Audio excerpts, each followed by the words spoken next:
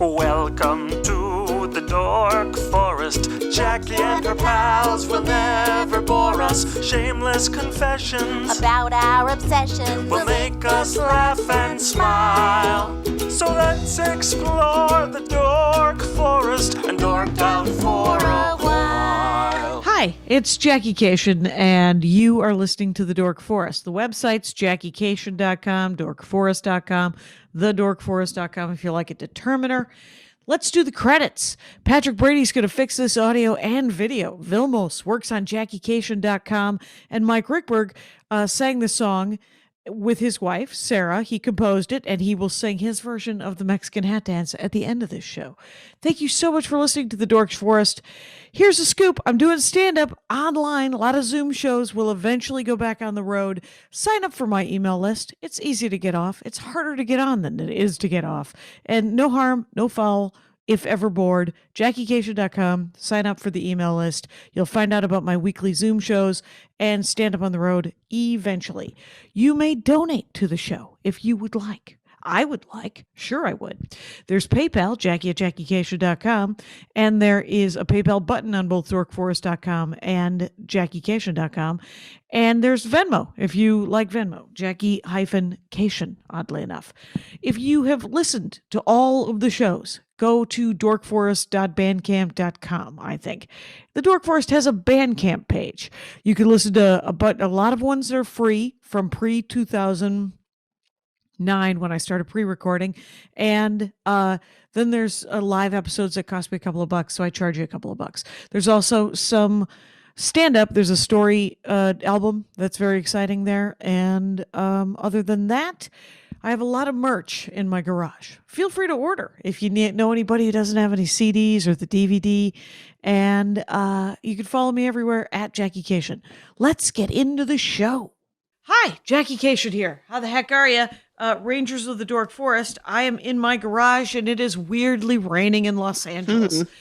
Since we live in a very weird area, we're happy for that rain. With me, Halle Kiefer. Welcome to the program, Halle Kiefer. Thank you so much for having me. This is a delight. And yes, so unnerving to be in LA with so much rain. It is a little spooky. Right. It's it usually rains in February, and we are now mid-March. So it is kind of weird. This I think won't go up until April, which will make it even weirder. Wait a minute. Right. Will it make it spooky? Will it make it horrifying? I think anything can be spooky. That's what's so great, is anything can be spooky. That's hilarious. So just so everyone knows, Halle Kiefer, it's Halle like Halle Berry, Kiefer like Kiefer Sutherland, and all of my fan base, Rangers know those two people. So they will understand who those two people are. But it's spelled that way too, right? Yes, thankfully, yes. As I was saying to Jackie, unfortunately, the children don't know about those two figures, which is fine. But then I realized that there's a singer from Halle and Chloe or Halle Bailey is going to be the new Little Mermaid. So I'm like, oh, great. So a new generation of people will know at least one Halle. So we got that going for us. So we have that going for us. And you have a podcast where you ruin a horror movie for your co-host. Yes. Yeah. And it's called Ruined, oddly enough. Exactly. Yeah. Basically, I've always subjected my friend Alison, another very funny writer and comedian. She hates horror movies. So I've always taken advantage of that, where I could sort of tell her everything that happened, because she didn't care. She was never going to see it. Welcome to my world. I'm never going to see that movie, and you can ruin it for me as well.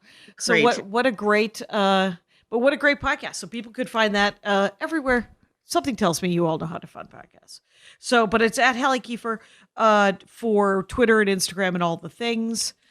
And because, what the heck? I don't know. What is there? We could talk about horror. You said horror movies and horror TV. What is horror TV? Is there just tense? Is it just tense? Or is it horror? Well, I feel like there's more and more horror. That sounded so bad as it came out of my face. There's a lot of, I think, if anyone's listening, The Haunting of Hill House, I think on Netflix, people are really excited about that. And I feel like there's more and more series where, like, yes, if this was the 90s, would many of these shows simply be a movie? Yes, but we've said nope, movies are not the thing. It's going to be TV. Right. So, for example, I'm watching Servant on Apple TV, a slow burn, which some people do not like, but I like. I'm like, if you're going to bother to make a series, Right. give me one weird thing an episode. That's fine. Like why else are we doing TV other than to like sort of take our time with it? Right. If it's episodic, it can move a lot slower. Yeah. So is it the one weird thing? Because I just did an episode with Mike Drucker about weird horror video games. And he said, everything looks super normal, but there's one thing that's off. And that's what it makes it creepy. Yeah, I think that's a good point. Like, I think in order, well, I don't know. Because then it's like, you have shows like, The Walking Dead, but it's like, I wouldn't consider that horror. It's a horrifying situation, but it feels more of a drama. There's action in it. But yeah, the horror, I guess you sort of do have to make it close to reality or some semblance of reality, or else then it's like that it becomes sci-fi or that it becomes some other genre. Yeah. But I think like in Servant, for example, they're just your regular, incredibly wealthy New York couple, because you can't see someone with a regular crappy apartment. You've got to have someone with a brownstone. Or else why are we watching television? And unfortunately, I don't want to spoil anything, but they've hired a nanny, and the nanny has some sort of supernatural or paranormal ability. But because the couple is such a shut down pair, like a white couple, there could never be an honest discussion about what's going on between anybody. Okay. So that's very interesting. So you're playing like, you have the spooky elements and then also the psychological, like if someone would just be honest with each other, maybe we can figure this out, but we can't do it. We simply can't. That's interesting because that's what I've always felt about like sitcoms where you're just like, well, I mean, I think it's a lot harder to write something that it could all like, that can't be fixed by an honest conversation. Right. Like, yeah. If you want to have horror, if you want to have drama even, because I, in real life, loathe drama. And so if things are starting to look dramatic, I will literally say to the person I'm talking to, how can we talk out whatever this weird vibe is? Because I can't live it. I can't live it. And I think that makes you honestly like a more advanced person, Jackie, because I feel like it's only this past year that I realized, like, one, it's okay to admit if things aren't great, like it's not the end of the world. And that's like, again, like being a Midwesterner, a woman, an American, whatever, a Catholic, you're sort of compelled to be like, everything's fine, everything's great, all the time. Right. And there's a lot of power in being like, hey, I don't have the solution, but things aren't great. And then to your point, just being like, I'm just going to be as honest as I can. And hopefully you will do the same with me. And hopefully we can hash this out rather than being like, how can I in my own mind trick myself into thinking this isn't a problem, which is much harder to do and ends up with, Raymond's mom or whatever being mad at you because you've sold her cookie jar inadvertently rather than just saying to her, I don't know why this matters. Like, please, I'm sorry. I made a mistake. I thought you gave it to me. I thought it was a gift. Yeah. I thought, right. So the fact that we watch so much television and movies and read books and comic books and all these things, and it's all this trick about how we're not talking to each other. Yeah. I do wonder sometimes whether if fiction is trying to get us to actually, if we can see it enough in fiction, that we could turn to our spouses or our partners or whatever, or our families or our parents and just go, hey, I don't want to live in an episode of Lock and Key. I actually want to tell you that I keep finding weird keys.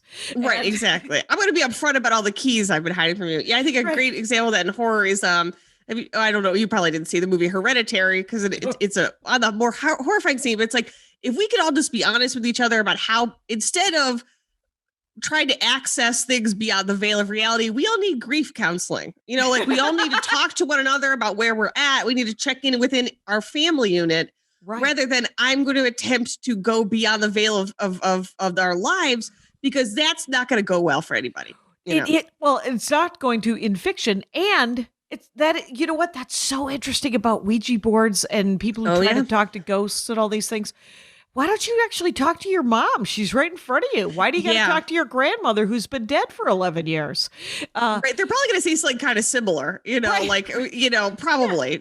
They're on the same side of the family. Might be different, but you'll at least get a version that you could probably process. Holy shit. I think we just answered some real psychological problems here. Yeah. So congratulations, everyone who's listening. Just be honest about your terrible feelings. The easiest thing to do, of course. Yeah. So why do we turn to horror then? Why do we, what besides the fact that we're watching other people not deal with the thing in front of them? I think it's like with all fiction and especially genre fiction, I think it's sort of like, we can't, if I say to you, Jackie, you just got to be honest with everyone in your life, and you just got to be upfront, and you got to say uncomfortable things. That's hard for you to do day to day. Sure. So horror is providing you like, okay, I like have grief, or I have anger, or my repressed emotions. What if it's a ghost? Like it's the metaphor. and I think that's also like, as someone who does not believe in ghosts or the paranormal, I think like humans' experience of that is in fact a reflection of our own emotions.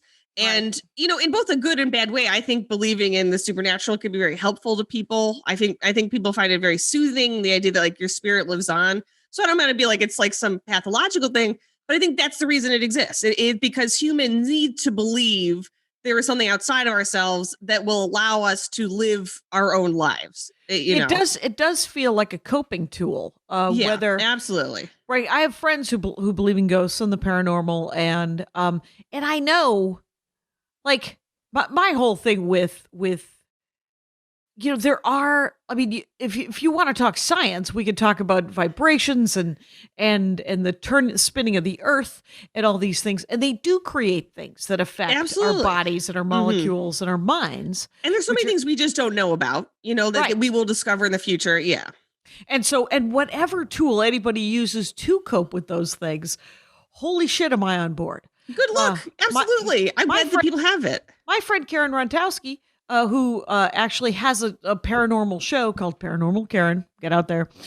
She is big into ghosts, but I remember previously when she first got her dog. She got a dog, and it was a service animal. And it was back probably 15 years ago when people were making fun of service animals with both hands, right? Like they were just like, this is dumb. That's even dumber. And I remember thinking, like, because I didn't know what it was at the time, and I didn't know what it meant, but I knew what it meant to her. And I was like, what service is it providing for you? And she explained what she thought the service was. And I was like, it's providing that and so much more. Because she, much like a lot of people, including myself, are fucking twitchy. And so to have, a doggo friend who you can pet its ears and they're empathetic and you're empathetic. And so it's just, I think that it is a tool. Maybe. Yeah, absolutely. And I think, I understand like people sort of, maybe there is more now, sort of more of a standard of what a service dog is. I mean, outside of like, helping people with limited sight. But I guess in general, it's like, well, I'd rather someone have a dog on an airplane than have someone who's just really distraught on an airplane. Like, I don't want that. Whether it be me or somebody sitting next to them, I'd rather they have a dog than them like having a panic attack for 4 hours. That doesn't seem good. Oh my God. That is the best way to put that, because you're right. It is literally, do you have a choice? I know you're allergic to dogs, and let's say you're allergic to dogs. I'm allergic to cats. So I have to take a Claritin if I happen to be around cats a lot. And so it would help if you knew going in that there were going to be service animals. Right. And I do wonder, like, if you are allergic, I don't know how it works. Like, it's like, yeah, like, because I'm not. So it has never occurred to me until you said that, like, can you check with the flight to make sure there's not dogs in there? Because I've been on flights where there are dogs, not necessarily service dogs, but you can fly with a dog of a certain size.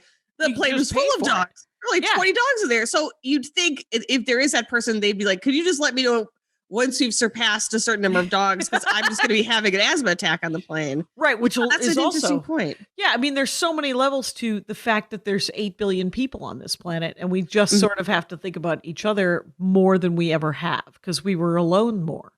Right. So but it is an excellent, the choice between having someone distraught or them having some sort of animal with them. I am definitely on the side of, have whatever animal you need. If you're not going to be unhappy and possibly disturbant, a disturbance too. Because my whole thing when I fly is I just want to go under, little headphones, call it a day. And if there's someone that I all of a sudden I got to do something, I got to help somebody. I gotta react to something. I gotta have an opinion and a plan on the airplane. Yeah, I always want to be asleep. My goal, and I've done this multiple times, is to be asleep before the plane takes off. Because I am a nervous flyer. And usually if I'm asleep when we take off, I'm fine. But once I get past that, I'm fine. Yeah. It's nice. Once it's up in the air, it's a bus. Oh yeah. And also, what are you gonna do? You're already up there. So like, well, it's out of my hands. I gotta let go. Like, God, this plane. I'm not flying the plane. The die is cast.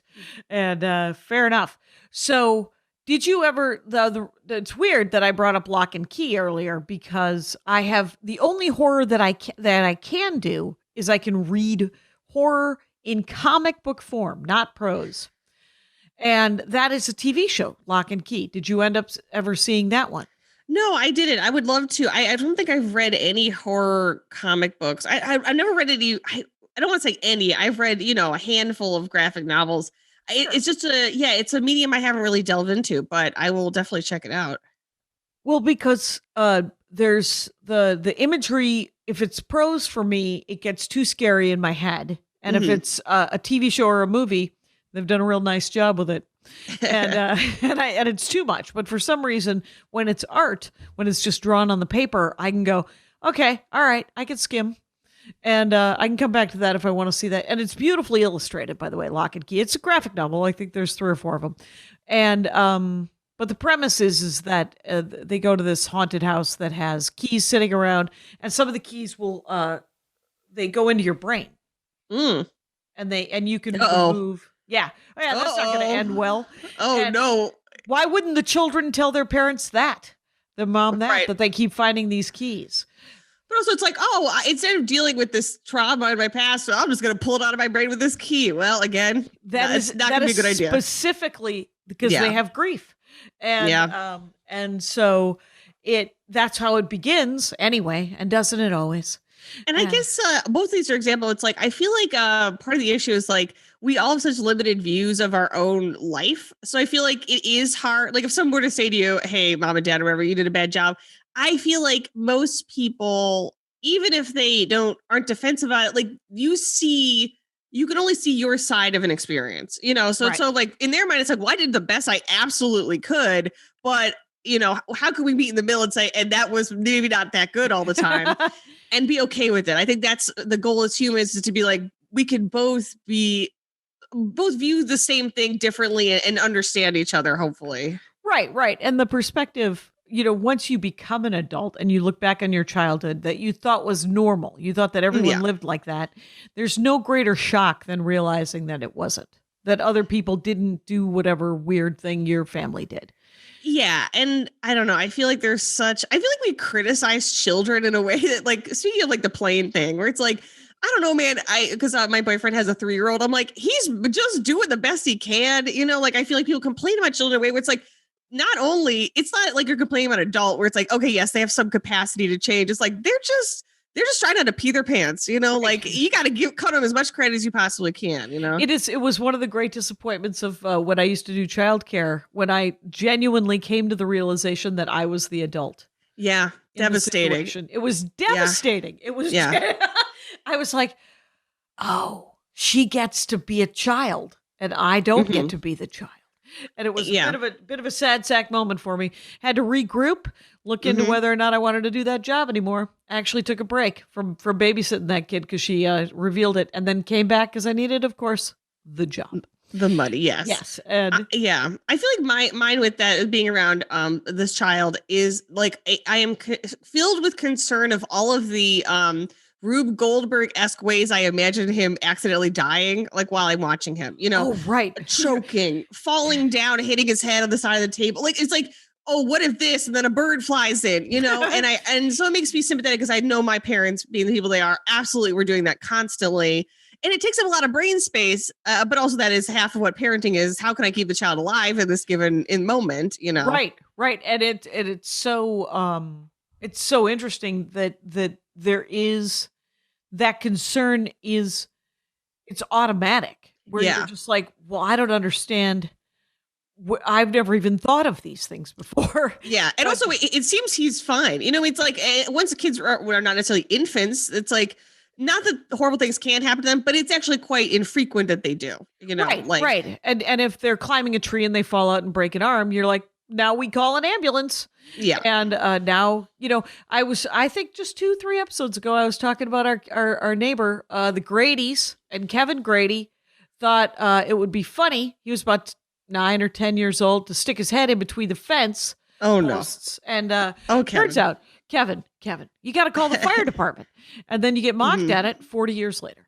Yeah. So, but it was just one of those things where they tried to take his head out. Like his dad was like, okay, I'm just going to pull. And then finally it was like, oh, no, I don't. And then actually it wasn't his dad, because his dad would have sawed the fence and then repaired the fence. Because it was a weird Wisconsin small town. He would have had some sort of device.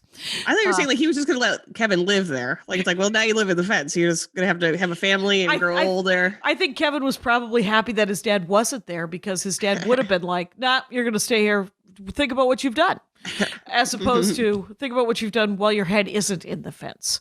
But have you ever thought about writing horror or? Yeah, I wrote a horror movie last year, and I'm working on one now. Okay. And yeah, I mean, again, we work in the industry. I have no illusions that either of these will be made, but I really like it's been really, I don't know. It's like just realizing that you could write something like that is very edifying. Yeah.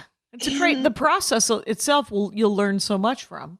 Yeah. And horror, just like any other genre, is sort of nice with regards to like, oh, everyone who will be seeing this movie already knows exactly where I'm coming from. My boyfriend and I were watching the Mike Nichols movie Wolf with Jack Nicholson. I don't know if you've ever seen that one. Wolf? And it's a werewolf movie, and going into it, well, Jack Nicholson is going to turn into a werewolf. The movie treats the concept of becoming a werewolf like no one has ever heard of it. And I think I'm like, you could have saved yourself a lot of time. Like, it's people being like, you turned into a wolf. And I'm like, what? Where? They're supposed to be from New York. People have heard of werewolves. And what's nice is horror is like, when you write something, it's like everyone watching this has seen a horror movie. You could sort of skip those kinds of like, he becomes a wolf it's like, yes, so we get it, Right. So, how does he deal with it? What does he do with the power? Who wants to get him? I mean, these are like, I imagine those are the things, whenever I think of a werewolf thing, I never think, how did it's sort of the Spider-Man origin story. Exactly. I don't need to see him bit by that spider. I get it. We've all heard it. Yeah. And I guess maybe like you're like comic books and superheroes, we always see the origin story. And that is a hard story to keep fresh because, baby, I know. I've seen it. I've seen so many movies where he became Batman, he became Spider-Man. I get it. I'm on board. What if this, then what else, Right. And if you're going to make it different, then please, because then that is interesting. Or if it's a character that absolutely no one's ever heard of, right? Yes. Like the Guardians of the Galaxy, you're just like, Star-Lord? What? Yes, totally unfamiliar, up for learning about them. Right. And, my husband is I'm married to a long box, and that is a dick joke. So, but the crazy thing is so he knows all these characters. So I walk into any sort of situation and there is that sort of backstory available not during, blessedly not during. But did you watch WandaVision? I thought that was scary. I haven't yet. And it was just, I feel like I do this constantly where like I'll end up watching something that everyone raved about like way later. And I don't know whether it's just like the pressure of having an opinion. I'm like, I'll just watch it when nobody cares about it. But I haven't seen it. I've of course read everyone's reaction to it. And it seems like, an interesting way to use the medium and explore. It's interesting that you didn't feel the problem with spoilers either. Like it's not just your podcasting partner in the podcast Ruined, by the way. And I'm talking with Halle Kiefer, so everyone knows it. It's at Halle Kiefer, and the name of the podcast is Ruined. But so spoilers don't bug. I don't have a huge. Know why. Yeah. I mean, even when I've seen something where I was like, wow, I didn't see that coming. I don't feel like it totally fundamentally changed my enjoyment of or anything like that. So interesting. The other thing that because I don't have a problem with spoilers. The only kind of spoiler that I don't like is when people say that they didn't like it. Interesting. Okay. Yeah, Because 'cause it I've- colors your opinion of Right, what right. you're going to see. Yeah, like if you saw something that I'm planning on seeing and you're like, weird twist, he's a ghost at the end of it, but we never knew. Because here's the other thing, is that movie where what's his name was a ghost the whole time? Bruce Willis. Bruce Willis was a ghost. I didn't know he was a ghost. And when literally it took probably 2 more beats than the rest of the audience. Like the rest of the audience The credits were rolling. oh, and then 2 beats later, I was like, oh. So I'm not always the sharpest blade in the drawer when it comes to that. It's so funny you said that because I remember I saw that in theaters with I want to say I was just with my aunt Nancy, and it was 15 minutes before the reveal. And she turns to me, she's whispering, but it's a quiet theater, so everyone can hear. She goes, "Oh, he's a ghost." Oh, and like spoiled it 15 minutes before the reveal. And like, no one was mad or whatever. But I was like, don't tell me if he's a ghost. Right. Right. But she was right. She absolutely called it. She called it, which is so interesting when I've actually watched so many murder mystery shows now that I can almost call who did it. Yeah, and I think another great example of like that's hard to keep it fresh. It's hard to keep it guessing when it's like, every episode of Law and Order SVU is somebody who's solving a murder. It's like we have so many murder mysteries. How do you do it and prevent people from completely guessing beforehand? And the plot is often, like I watched, and I've talked about it a lot on this show, Miss Fisher's murder mysteries out of Australia. Set in 1928, Flapper solves murders. Love it already. And turns out she is good at everything. And it's one of the things that makes me love this show because her character is, she speaks 5 languages. She has a gold-plated gun. She can ride a horse standing up. She can tango. She gets laid. She saves people. It's amazing. She is good at absolutely everything. But there are these plots of who is the murderer. And then at the same time, I was also watching, because there's only 3 to 5 seasons of each of these things. And you're like, every night you're watching 2 episodes. So exactly. The other one is a New Zealand show called Brokenwood, set in modern times. And it's about, and they had the same plots. Like it was like they're killed on a wine. Interesting. In a vineyard. They're, all of a sudden there's, it's sex, money, rock and roll, whatever it is. And exactly. They're trying to give us a message. What do you think? I keep weeding off, by the way, Halle, from your dorkdom. Feel free to rest the reins not at all. for me I think, at any time. I think there's a lot of crossover, but we're a lot of different, we're all humans. So it's like a lot of, we all want to see a murder mystery. It makes sense as those shows cross over in the ways that our conversations crossing over. Yeah, it's true. And so what are some of your favorite? Like, what would you recommend? Well, when it comes to TV, the other one I didn't recommend, which if you haven't seen it, please do. It's the TV series Channel Zero. It was on the Sci-Fi Channel. It has since been canceled. And there's 4 seasons, and each season is like a different self-contained spooky story. And they're really well done. Okay. And, one of them, I'm trying to think. I don't want to spoil any of them. Right. But a lot of them are sort of, each one's a different story, and they're played out really beautifully. I'm not sure if they're how many. Let me see how many. There's 6 episodes in each season. Are they is it hour long? Yes, hour long, and I think you could watch them. I think I don't know what on streaming. Maybe it was on Shudder or something. But if you haven't, if you're listening and you're a horror fan, please watch Channel Zero. You're really going to love it, and be mad that it's canceled because it's really a great quality. Was Channel Zero makes me think of that show that I did not watch called Black Mirror. Did you watch? Was that horrifying? Yes, I feel like I've definitely, I don't think I've seen all of them, but I do feel like there was perhaps a little bit of a drop off in quality. That'll happen. And because there's one, and I'm not going to give you more details, but there is one where I believe sort of the twist hangs on whether or not a guinea pig saw something. And I'm like, all right, okay, that's fair. All right. Like, I don't write this. Who has ever said that's fair? That's what is the guinea. What does a guinea pig know? Well, if you Wait, an actual tiny rodent? right, the Okay. a guinea pig sees something, and it exists in sort of like a if you don't want Black Mirror spoiled, don't listen to this part of the conversation. The guinea pig sees a murder, and Yeah. the episode takes place in a near future, a technological dystopia where you could sort of read everyone's memories. So they're Okay. able to, presumably, you don't see it, presumably tap into the guinea pig's memories and find the identity of the murderer. Oh, I see. Okay. And I feel like I'm like, okay, it's like the latter seasons of the X-Files where it's like, hey, listen, we had to come up with something, and this is what we have. But I would say overall, I love Black Mirror, and I think Charlie Brooker, the creator, he made some comment because somebody had asked him like last year, like, are you making more episodes? He's like, I feel like now is not the time because it's like things are not great.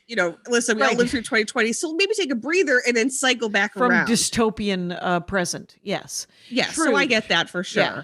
And then is Channel Zero kind of like that in this sort of technological future? No, Channel Zero is like a lot of like dream logic. Okay. So for example, the last season, this woman's moving back into her childhood home, and she's all all these drawings and memorabilia from her childhood, and she had a That's already invisible- creeping me out. exactly. Oh yeah, go looking at those old creepy drawings you did as a kid. You're like, what the hell was I thinking? So she had an imaginary friend, and Sure. who lived in the basement behind a door. Unfortunately, when she goes to the basement, there is actually a door there. And I don't need to tell you, some guy shows up, and it's her imaginary friend. And that's the first episode. Like, that's not spoiling anything. Right. That's not spoiling. That's so then it's but it's sort of those same themes of like your inner shading of the world, dream logic, your childhood bleeding through into your family, that kind of thing. They're all different. I don't know. They're all great. they're all so. and incredibly well done and just really well done. Is that what Yeah. I'm hearing? What Yes, about? I think so. Yeah. It's and whenever anyone talks about horror, I lead them right away from it. I've read something, I've watched something that is ostensibly it's about ghosts, and it's called Ghosts, and it's a sitcom. And Okay, it great is title. a British sitcom called Ghosts, and there are 2 seasons, and they're working on a new season, and it's on HBO Max, I believe. I think it's on HBO Max, and it is adorable and hilarious, and just it's essentially it's about this British couple inherits a mansion, and it has all the ghosts over the last 10,000 years, 60,000 years. Love so it. there's a caveman, there's an Elizabethan dude who's had his head chopped off. There is Lady Button, the lady of the house who killed herself. There is and then so what we do is and there's only it's a half an hour show. There's only 2 seasons. So, and I think there's, I don't know, 10 episodes per season. So you're done and you're like, because by episode 3, you're totally in. Mm-hmm. And the modern couple who has inherited, is, I don't want to, you find out like, someone gets hit on the head, they can see the ghosts. And then it's just an episode of Friends. But, but it's incredibly well done. And so, but the different characters, there's a scandalous member of parliament who died in the house who isn't wearing any pants the entire series. And so like they all are wearing what they were wearing when they died, of course. Right. So there's like a Boy Scout, like a scout leader who has an arrow through his neck. Wonderful. And, sort of the Beetlejuice. I feel like in Beetlejuice, everyone's sort of, you had the Miss Argentina whose head is removed, the guy with the shrunken head, ensemble. that kind of thing. Mm-hmm. Yeah, it has a nice ensemble feel I'll have to to check it out. Yeah, I feel like British TV, not to give every British show, all the credit, but I feel like in America, because we have like, you're getting a certain number of episodes, sometimes they drag things out a little bit. And British TV, they're like, we're just getting into it. Like, the setup, now we're getting to the fun of it, or we're getting to the horror of it. Right. Because we don't have 13 episodes or whatever, or 20. Right. It could just be 6. Yeah. We have as many until we tell the story, and they're going to let us do them. And it's not going to be too many because they've already rented out this space. So, what about, so there's a bunch of, like, there's Get Out, I think it was Get Out. Get Out's wonderful. I'm very excited. I guess Jordan Peele has a new movie coming out next year, so I'm very excited about that. There's, I've heard different takes on horror. Like zombie movies talk about consumerism. There's a way to talk about classism and the rich versus the poor and all these things that can be addressed in horror that sometimes science fiction does that too. But I feel like what's nice about horror, again, because like people seeing it have seen so much horror, is that you can be as subtle or as overt as you want to. Like, like zombie movies, they're about consumerism or, like our fears about that. So you could have that be like, they're in the mall, or you could have something that's more subtle, but people pick up on it because people are you're watching horror actively. So it's sort of like, you want to be like, oh, this was about our fear of death, like people are excited to find out those things. So they watch it in a different way, I think, than, I don't know, like a comedy. Like you're not watching a comedy to be like, what are they trying to say? It's like, I'm here to laugh and hopefully there'll be character development, Right. Which is why comedy can hide messages even better. Yes. Because nobody's looking for shit. Anyway, exactly. So that's a good point. Yeah. It's like the inverse. Yes. So when you watch horror, are you looking for jump scares or are you looking for the psychological? It feels psychological. Yeah, I think so. I always want to walk away being like, they're right. I am afraid of death. Or you're like, you're right. I should call my parents. Like, I like that. And it goes down so smooth when it's in a horror movie.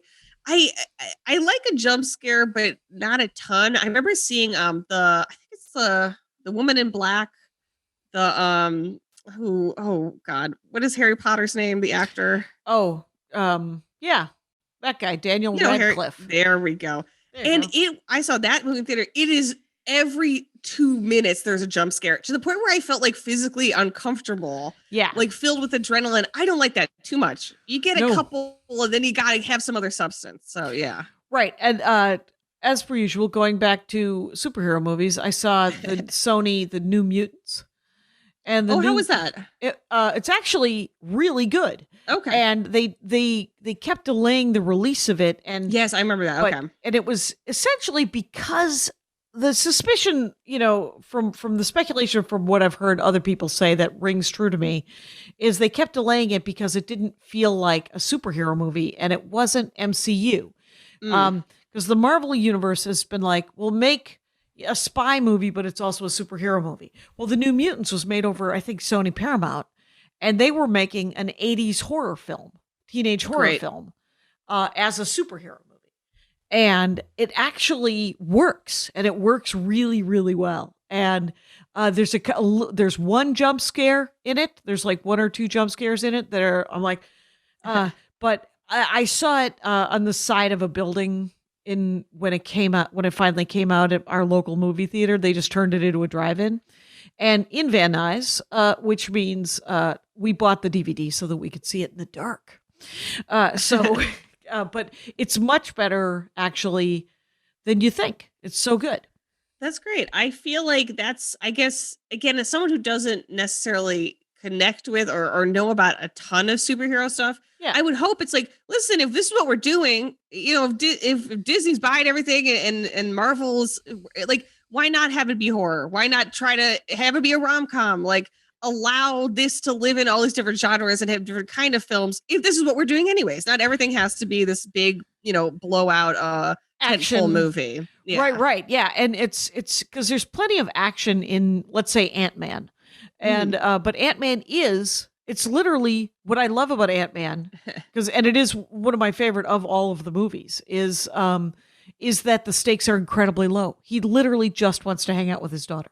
Oh, I don't think I saw the second one, but not the first one. And that was a mistake. I feel like I was like, oh, because you missed the setup. Yeah. Because then you have to spend half of the movie going, I get it. I see what they're doing. Oh, I see. Yeah, yes. Yeah. And the first movie is adorable. And they do a lot of good spatial work, and and they set up the characters a lot better. So the second one, they play off of that, and it's good, but it isn't. The first one is quite better. Yeah. So Is Twin Peaks horror? I think so. I think when I first started it, so I watched it because my boyfriend is obsessed with it, as many people are. Yeah. And I think I had tried to watch it, but like I didn't. Maybe it was on Netflix and they didn't have the whole run at first. I think now they have the first 2 seasons. But like I skipped an episode or 2, so I started like the wrong episodes. So I was like, I don't even understand what's going on or who these people are. And what's interesting about it, and I guess it's like this is something that I hope that there are creators in Hollywood that could still do, is that there's 2 seasons of the show, right, and a movie that of the initial run. And then 25 years later, they did a 3rd season with the same actors that came out in 2017. Really? And it's so good. It is so good. And it's just, it's surprising. It's compelling. It's very scary at certain points. It's very sweet. You really get attached to the characters, but like, I don't know. It's like, who else gets to do that? Like, the reason that David Lynch could do that is because he's David Lynch, Right. That does help. But I've never seen it, and I know that it is revered, and it is something that I didn't know that it was 25 years later, the same characters and played by the same actors. That's outstanding. And it's I would say, and this is again like it's like in terms of like the scariest horror movies, the movies I found most compelling. I think that Twin Peaks Fire Walk with Me is one of the scariest horror movies I've ever seen. However, I don't know if I could, like, you'd have to watch the first 2 seasons of the show to be invested in these characters and then see this movie. And what's great about the movie is like you see these 2 seasons of the show, and then the movie is from the perspective of a character that you have not seen her perspective from. So it's like, you're seeing all of these things that you know about, but seeing them from this other perspective, which is very well done. That's amazing. Yeah. So I wouldn't be like, Jackie, go watch this Fire Walk with Me, because I feel like the whole time you'd be like, okay, I get it, but like I don't see what's so special about it.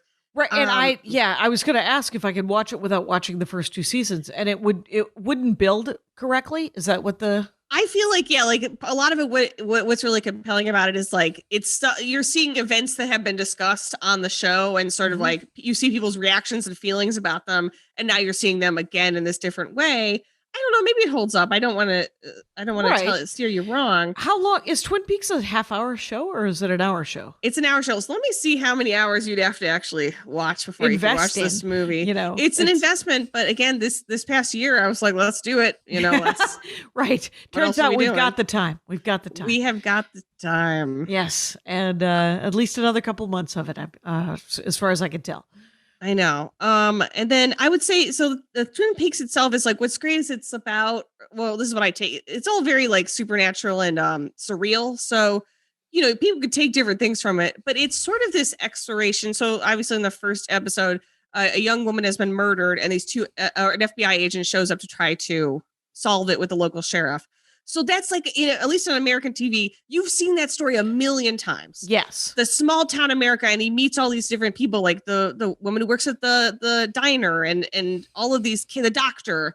And you're meeting all of these characters, and it's kind of comfortable. And there's a lot of ideas of like this FBI agent's like, he's the best person in the world.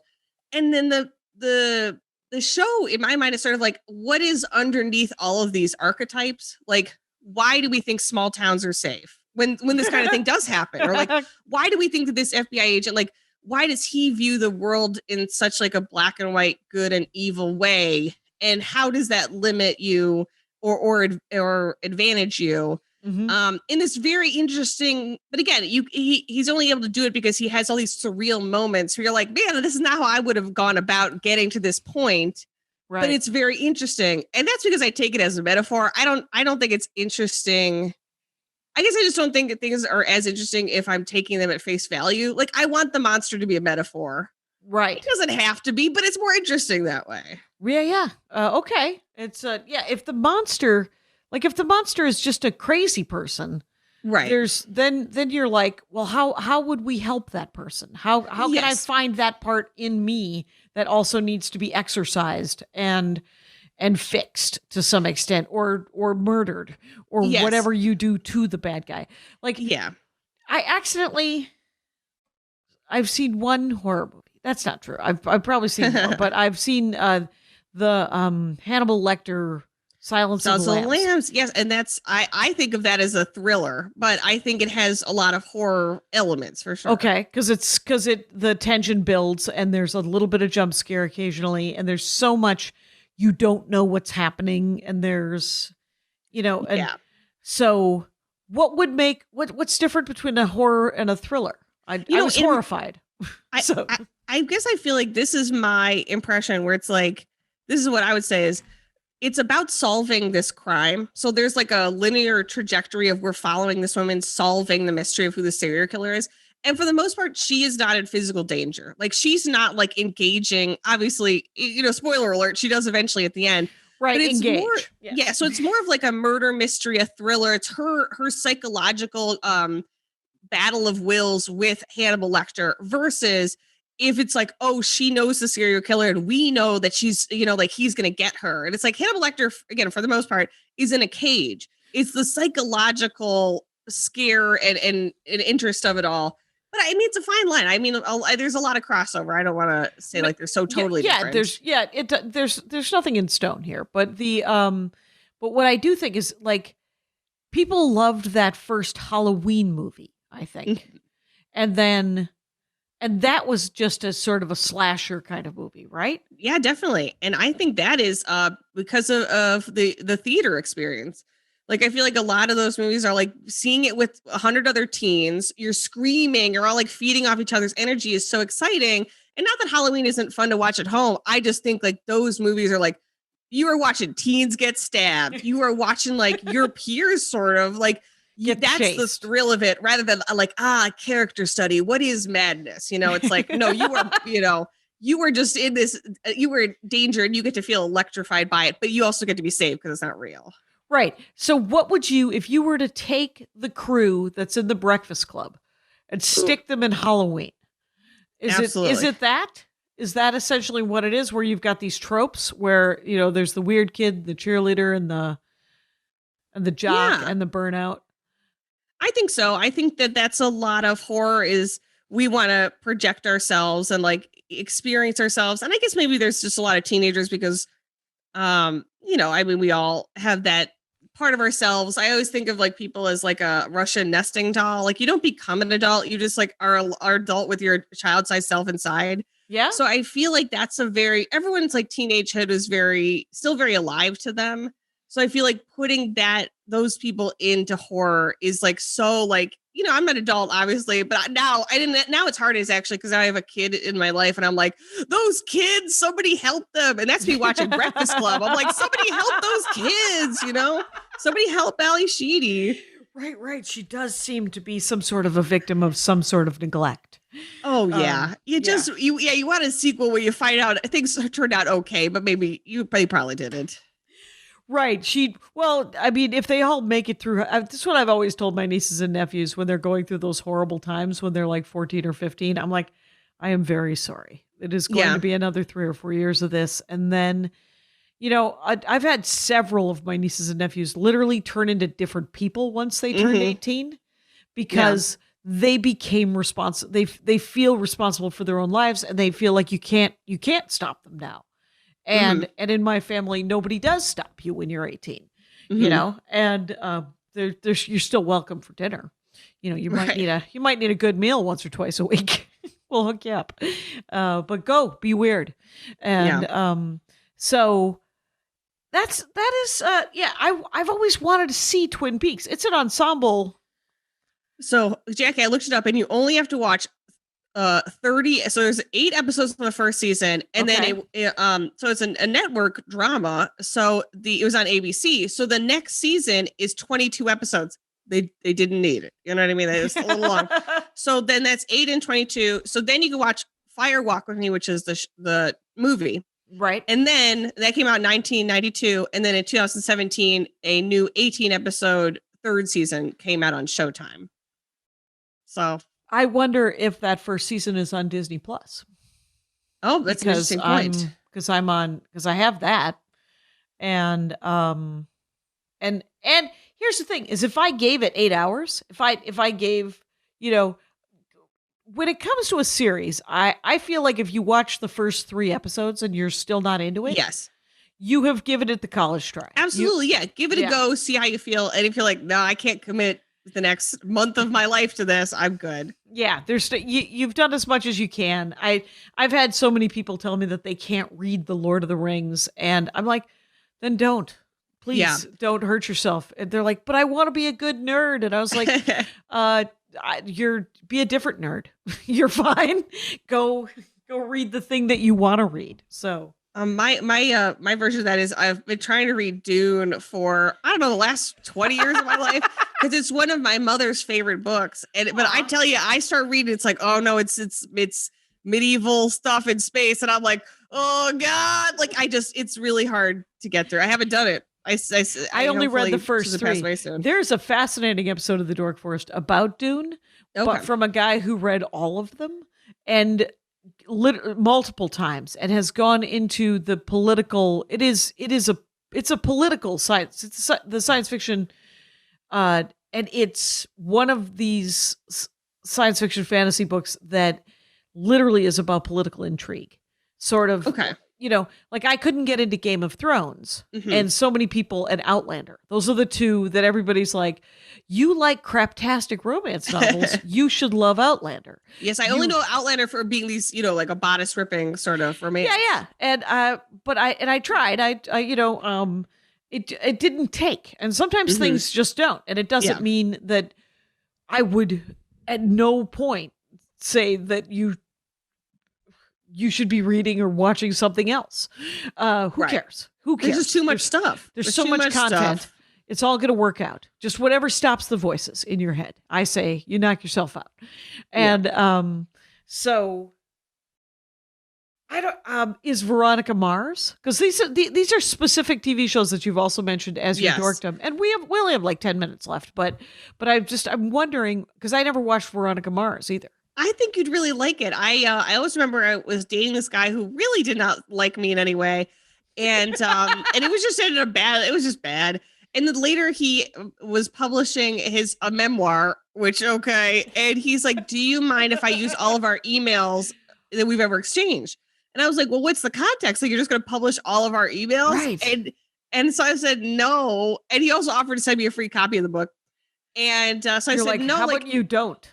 Also, I was like, if the book was already written and you're like, here's what the chapter looks like. Okay, whatever. I didn't say anything to you. I won't back up, But instead, he just published it, but only his side of the emails, which is exactly who I think this person is. You don't need to know what she said. You don't need to know what I said. But the one thing that he gave me is that he was like, we should watch Veronica Mars. So we were watching Veronica Mars, which I love. It is like, a detective story, but has the fun of the detective as a teenage girl in high school. Oh, sort of Nancy Drew Hardy Boys vibe to it. Yeah. So her dad's a PI. So you also have these like season long arcs of like, the first one's like a murder. So it's like the solving the murder, but then also the fun of the week, the monster of the week or whatever, where she's solving a case for somebody in her school, like there's been a cheating scandal or someone's been accused of failing the drug test for football or whatever. It's so fun. And then similarly, they had a season come out, I guess it'd be their 4th season that came out a year or two ago. I liked it, but like, it's the thing of it is that in the first one, she's young and like a kid doing this.